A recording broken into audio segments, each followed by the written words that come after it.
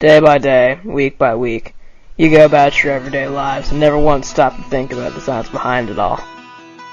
Whether it's as simple a task as picking up a pencil or kicking a football, you are demonstrating some of the most famous scientific theories of our time. Without one man's crucial scientific discovery, we would have very little knowledge in the fields of gravity and force as we do today. And that man was Sir Isaac Newton.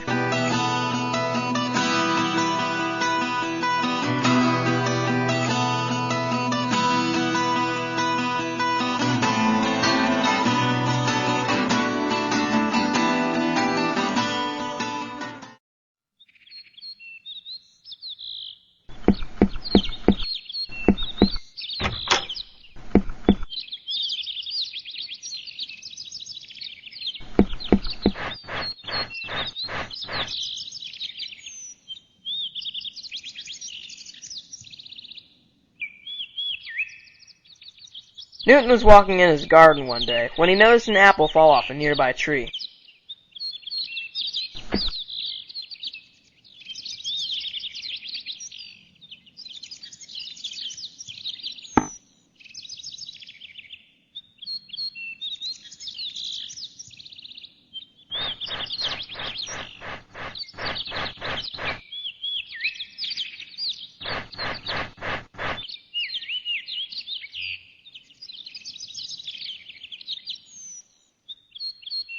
And then, suddenly, an idea struck him. Several ideas.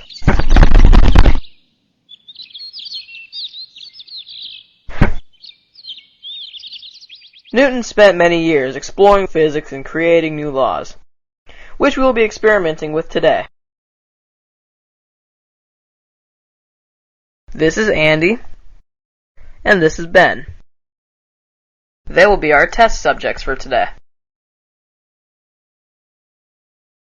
Newton's first law of physics states that any object in motion will stay in motion unless acted upon by an outside force. Here, we will be demonstrating that by throwing a ball. Freeze it! Okay, as we can see here, the ball is in motion due to the force from Andy's throw. If the world had no air and no gravity, the ball would just glide like that forever. Unfortunately, that isn't the case. On Earth, we have two outside forces acting on the moving object: air resistance and gravity. If Ben weren't in the way, the ball would have eventually fallen to the ground.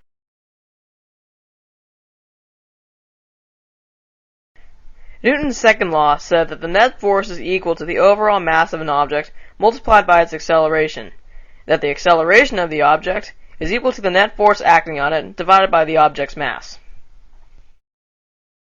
Here, we shall demonstrate this with a simple kick of a ball. Freeze frame. Okay, so here, let's say the force from Ben's kick is equal to 400 newtons, while the object's mass is, say, 200 grams.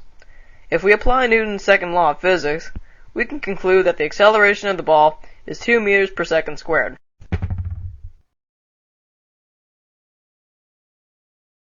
And finally, we come to Newton's third law. This law states that for every action, there is an equal and opposite reaction.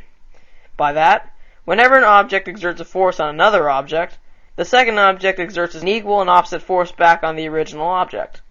This law can be demonstrated by a simple game of pool table. Freeze it. Now, as you can see, when the cue ball hit the black ball, not only did it cause the black ball to move, but it also caused the cue ball to stop in its place, hence equal and opposite reaction. And thus, those are Sir Isaac Newton's 3 laws of physics. Thank you for watching. I hope you learned something. And remember, gravity isn't just a good idea. It's the law.